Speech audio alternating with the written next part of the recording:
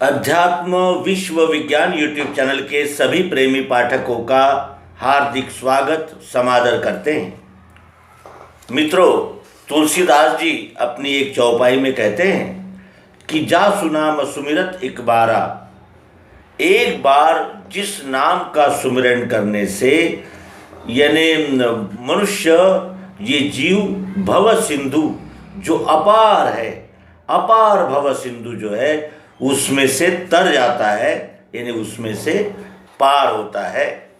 वो कौन सा नाम है और नाम क्या है, इस विषय में हम अपने मित्रों के साथ चिंतन मनन करें। नाम कैसे बनता है? कोई भी वस्तु का नाम हो, नाम बनने के लिए कौन से घटक की आवश्यकता होती है? जिसका नाम होता है उसका रूप होता ही है, जिसका रूप होता है उसी का नाम होता है। बगैर रूप के नाम नहीं होता और बगैर गुण के रूप नहीं होता। रूप और गुण ये दो विभाग इकट्ठे आकर ही नाम बनता है। कोई भी वस्तु हो, पदार्थ हो, व्यक्ति हो, कोई भी हो, उसमें दोनों भावों का जब लय हो जाता है तब वो नाम बनता है। जैसे ये पुस्तक है, ये पुस्तक है, पुस्तक है यानी पुस्तक इसका नाम है, तो इसमें ये रूप है, ये इसका रूप है। और रूप केवल रूप ही है क्या? तो इसमें पढ़ने का गुण भी है। तो रूप और गुण इन दोनों को मिलाकर नाम बना है। बगैर रूप के गुण नहीं रह सकते, बगैर गुण के रूप नहीं रह सकता, और रूप और गुण मिलकर ही नाम बनता है। ऐसा कौन सा नाम होना चाहिए जिसको एक बार हृदय में धारण करने से, एक बार जपने से मनुष्य भव सिंधु से तर जाता है? वो नाम कौन सा होना चाहिए? उसके विषय में हमें सर्वांग योग की शरण में जाना होगा, जो नाम का बोध कराते हैं।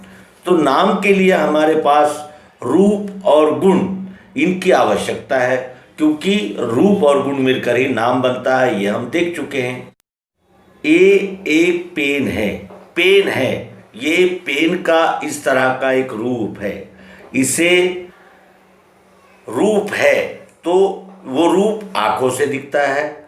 फिर इसमें शब्द है,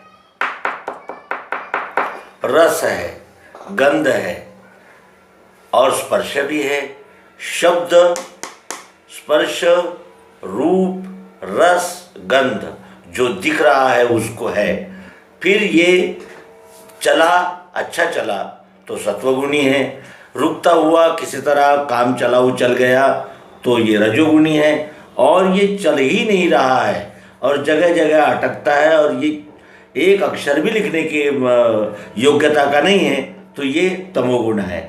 तो इसमें शब्द, स्पर्श, रूप, रस, गंध ये पंच तन्मात्राएं और सत्वगुण, रजोगुण, तमोगुण ये तीन क्रिया शक्ति, तीन गुण इसमें है।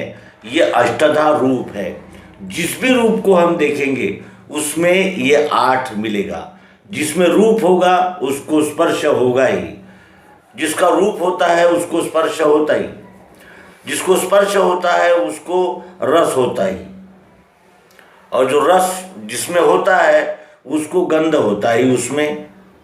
यानी शब्द, स्पर्श, रूप, रस, गंध ये पांचों का कॉम्बिनेशन है। और 3 गुण जो सत्वगुण, रजोगुण, तमोगुण है, इनके बगैर भी ये वस्तु नहीं रह सकती। क्योंकि कोई भी वस्तु हो विश्व की, वो सत्वगुणी, रजोगुणी, तमोगुणी इन त्रिविध रूप से क्रियाशील, क्रिया तत्वों से क्रियाशील रहती ही है। तो ये अष्टधा जो है ये इसका दिखने वाला साकार भाव है। नाम में साकार भाव, जैसे इस शरीर का साकार भाव कौन सा है? दिख रहा है रूप, रस, गंध, शब्द और स्पर्श। यहाँ भी जहाँ कहीं हम लगाएं। उसके बाद हम अच्छी और सात्विक बातें कर रहे हैं तो सत्वगुण है। हम कुछ लाभ और लोभ की बातें कर रहे हैं तो रजोगुणी हैं, और हम बुरी ही बुरी बातें कर रहे हैं, कोई निंदा और कोई असभ्य बातें कर रहे हैं तो वो तमोगुण है। हर आकारवान वस्तु में ये आठों रहते हैं, ये साकार भाव है। नाम में जो हमने देखा कि रूप गुण मिलकर ही नाम बनता है, तो जो रूप है वो अष्टधा होता है जिसे प्रकृति कहते हैं। अब रहे देखिए गुण, तो आंखों से हमारे रूप दिखा, त्वचा से स्पर्श दिखा, नाक से गंध दिखा, जीभ से रस दिखा, यानी और कान से हमें शब्द दिखा। ये 8 अंगों से हमें इसमें ये वस्तु का यानी आकार ध्यान में आया। अब इसमें जो लिखने की निराकार मिठास है, चाहत है, वो आंखों से नहीं दिखी, न मन से दिखी, वो कहाँ से दिखी? बुद्धि ने जाना कि इसमें लिखने का प्रियत्व है। ये क्या है? गुण है। अब वस्तु का नाम पेन कहते ही इसमें शब्द स्पर्श रूप रस गंध, सतोगुण रजोगुण तमोगुण, और इसमें जो लिखने का गुण है जो निराकार है, इन दोनों भावों का लय नाम में हो जाता है। तो यहाँ पेन नाम है, यहाँ चश्मा नाम है, यहाँ स्वानंद नाम है, अनेक नामों रूपों में ये जो दिख रहा है, ये सबका एकत्रित ऐसा कौन सा नाम हो सकता है जो संपूर्ण का बोधक हो? तो विश्व कहते ही इसमें यानी जो दिख रहा है उसका भी समावेश होता है, जो देखना पड़ता है मिठास चाहत जरूरत अस्तित्व उसका भी समावेश हो जाता है, और संपूर्ण का एक नाम विश्व कहते ही उसमें सब कुछ आ जाता है। एक बार जो इस नाम को जान लेता है वो भव सिंधु से पार हो जाता है। भव सिंधु क्या है? भव सिंधु किसे कहना चाहिए?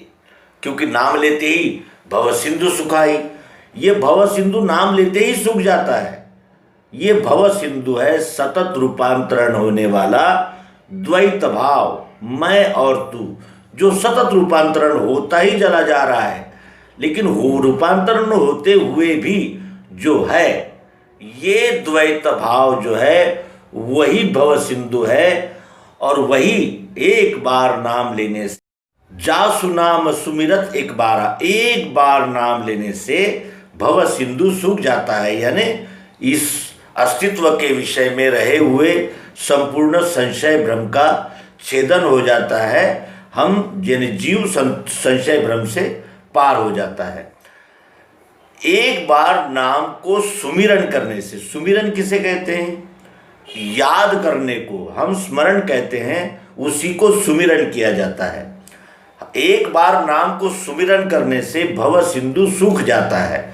नाम का सुमिरन कैसे होता है?